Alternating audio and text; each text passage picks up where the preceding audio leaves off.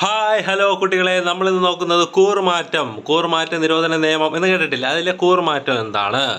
ഒരു രാഷ്ട്രീയ പാർട്ടിയുടെ ബാനറിൽ മത്സരിച്ച് വിജയിച്ച ഒരാൾ മറ്റൊരു രാഷ്ട്രീയ പാർട്ടിയിലേക്ക് കൂറുമാറുന്നത് തടയാൻ കൊണ്ടുവന്ന ഭേദഗതിയാണ് കൂറുമാറ്റ നിരോധന നിയമം.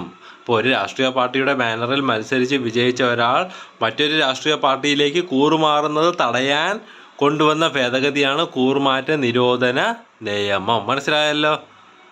ഒരു രാഷ്ട്രീയ പാർട്ടിയുടെ ബാനറിൽ മത്സരിച്ച് വിജയിച്ച ഒരാൾ മറ്റൊരു രാഷ്ട്രീയ പാർട്ടിയിലേക്ക് കൂറുമാറുന്നത് തടയാൻ കൊണ്ടുവന്ന ഭേദഗതിയാണ് കൂറുമാറ്റ നിരോധന നിയമം. അടുത്തത് നോക്കുന്നത് ഒരു സ്റ്റേറ്റ്മെൻ്റ് ആണ്. ഓക്കെ, നിയമനിർമ്മാണ സഭയുടെ സ്വഭാവം പരിഗണിക്കുമ്പോൾ അതിൻ്റെ നടപടിക്രമങ്ങളിൽ മാത്രമാണ് നിയന്ത്രണമുള്ളത്. നിയമനിർമ്മാണ സഭയുടെ സ്വഭാവം, നിയമനിർമ്മാണ സഭ അറിയാലോ. ഈ നിയമനിർമ്മാണ സഭയുടെ സ്വഭാവം പരിഗണിക്കുമ്പോൾ അതിൻ്റെ നടപടിക്രമങ്ങളിൽ മാത്രമാണ് എന്തുള്ളത്, നിയന്ത്രണമുള്ളത്. എന്നാൽ അതിൻ്റെ സത്തയിൽ നോക്കിയാൽ നിയമനിർമ്മാണ സഭയുടെ അല്ലെങ്കിൽ പാർലമെൻറ്റിൻ്റെ പരമാധികാരത്തിന് നിയന്ത്രണങ്ങളോ പരിമിതികളോ ഇല്ല എന്ന് പറഞ്ഞത് NV ഗാഡ്ഗിലാണ്.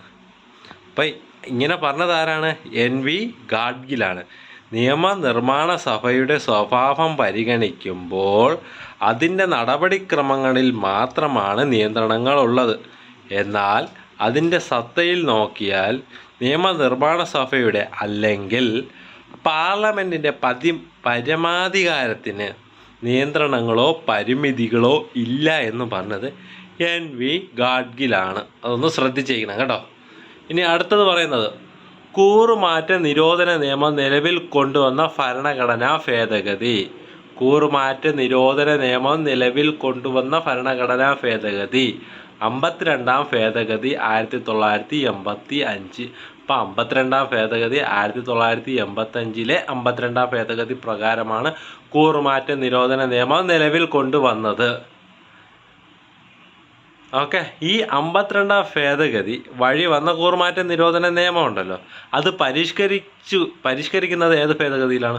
91ാം ഭേദഗതിയിലാണ്. അപ്പോൾ 52ാം ഭേദഗതി വഴി വന്ന കൂറുമാറ്റ നിരോധന നിയമം വീണ്ടും എന്ത് ചെയ്യുന്നു? അമെൻമെൻറ്റ് ചെയ്യുന്നത് 91ാം ഭേദഗതിയിലാണ്. ഓക്കെ, അപ്പോൾ ഇത്രയും കാര്യങ്ങളൊന്ന് ശ്രദ്ധിച്ചേക്കണം. ഓക്കെ.